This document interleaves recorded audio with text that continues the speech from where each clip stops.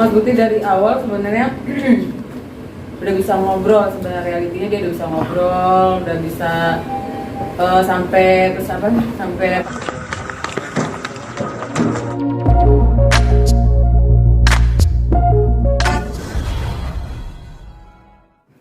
alhamdulillah kalau buat aku baik-baik aja juga semuanya ya.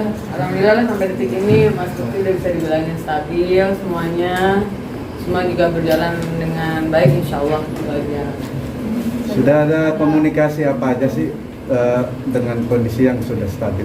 Sama Mas Guti, kalau Mas Guti dari awal sebenarnya udah bisa ngobrol, sebenarnya realitinya dia udah bisa ngobrol, udah bisa sampai terus apa sampai perawat semuanya juga happy gitu sama Mas Guti karena saya kayak orang nggak sakit jadinya katanya. Jadi kalau dia lagi uring apa gimana orang jadi katanya ini sebenarnya sakit apa nggak sih Pak gitu, dia sih nutupin semua rasanya, tapi alhamdulillah sampai detik ini semua baik-baik aja, stabil lah bisa dibilangin Mas Guti stabil semuanya juga, tapi posisinya Mas Guti masih di ICU gitu, masih diobservasi sama dokter gitu.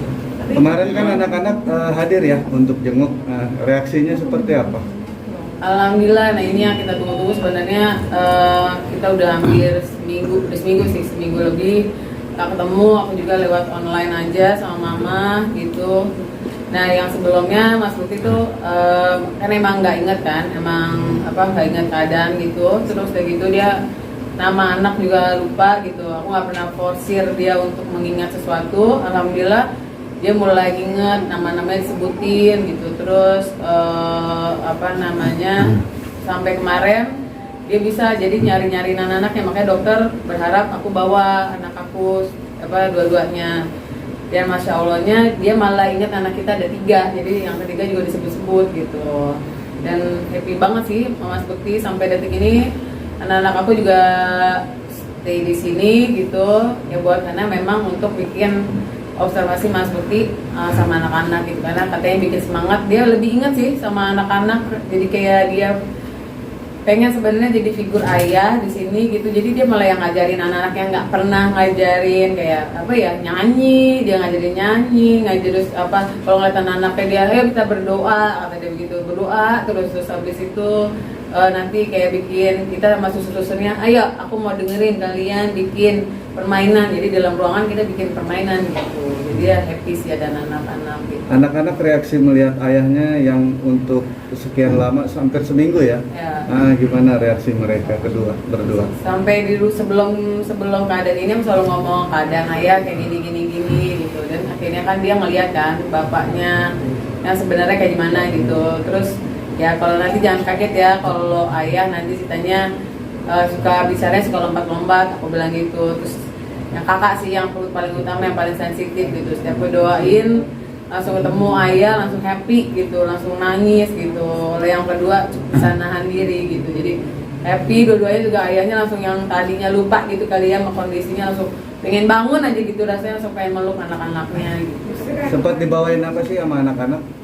Gak ada sih, kalau bawain apa-apa udah anaknya excited aja sama bapaknya, jadi nggak bawa apa-apa gitu. Memang juga karena ruangannya juga di ICU, jadi nggak bisa bawa apa-apa. Cuma memang anak-anak lagi mau bikin, karena suka gambar ya, lagi mau bikin ayah, tapi nanti gambarnya ayahnya udah sehat gitu. Cara bicaranya Mas Guti masih normal, alhamdulillah normal banget. Pokoknya kayak orang, makanya setiap hari observasi dokter cuma bilang ini bagus banget, masya Allah, miracle banget. Kita buat aku sih masya Allah lah, semua dijawab sama Tuhan kayak cepet dari dari sebelum keadaannya terus tiba-tiba sehat langsung, dari ajak ngomong semua diobservasiin ya, semua tangan semuanya bagus, alhamdulillah normal banget. Cara ngomong juga normal, cuma maksudnya bisa dibilangin kayak daya ingatnya aja, tiba-tiba kita lagi ngomongin A, bisa-bisa dia ke B gitu, cerita masa kecilnya gitu aja sebenarnya.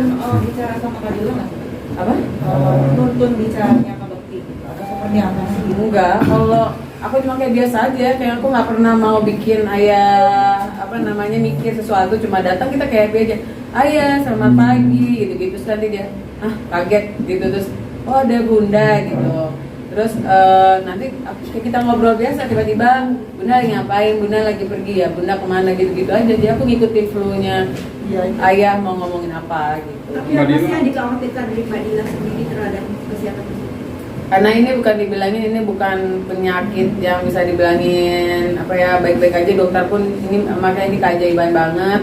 Ya bisa dibilangin ya, worriednya ya seorang istri apapun penyakitnya juga pasti dibilangin sama dokter ini penyakit apa namanya, penyakit yang kritis ya pasti kan kita seorang istri dimanapun pasti worried lah gitu. Jadi apapun juga pasti dilakukan buat seorang suami gitu. Ada kemungkinan dalam minggu ini sudah dipindahkan ruangannya ke Semoga ya, ruang doain pasien? aja observasinya, karena dokter juga masih dibilangin observasi, tapi tadi pagi juga dibilangin semuanya more better, udah nggak ngerasain pusing, udah enggak, tensinya maksudnya dibilangin apa sih, daya apa tuh namanya, yang itu tensi darah ya, tensinya stabil. Tadi kita baru ngecek, ini baru turun dari Mas Bekti, semuanya udah bagus, tinggal observasi dokter aja sih gitu, karena masih belum, katanya masih riskan karena memorinya ini yang masih belum stabil. Kalau ditanya dia pindah ke ruangan tanpa apa namanya, pantauan dari dokter-dokter gitu. yang memegang dari awal. Udah bisa apa sih Mbak Dila?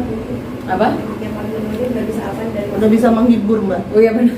Benar. Dari awal, Dari awal. ya sebenarnya masya Allah sih dari awal itu dia sampai detik ini Mas Budi cuma kalau saya ingat di jam berapa Bun? Jam 9 apa 9 pagi. Pasti ingatnya cuma I must go.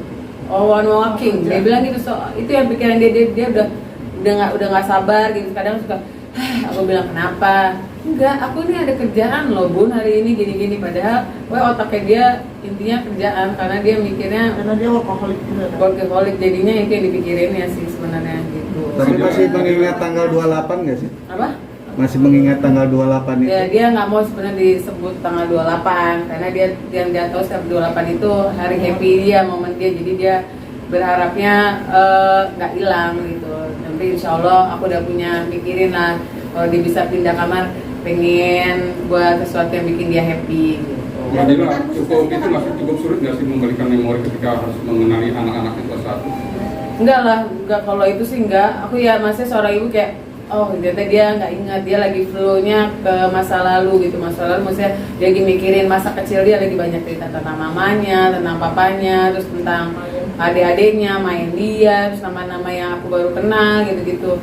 Ya nggak juga sih, alhamdulillah dia udah hari keberapa? Tiba-tiba hari kelima apa ya, dia udah nyebut anaknya, anakku di mana, dia ngapain gitu. Hari baru kemarin dokter baru lagi, bawa anak ya sini nggak apa-apa. Dia nanyain terus, sudah mulai Daphne di mana, kakak di apa, Abel di mana, terus yang ketiga juga disebut-sebut gitu sih.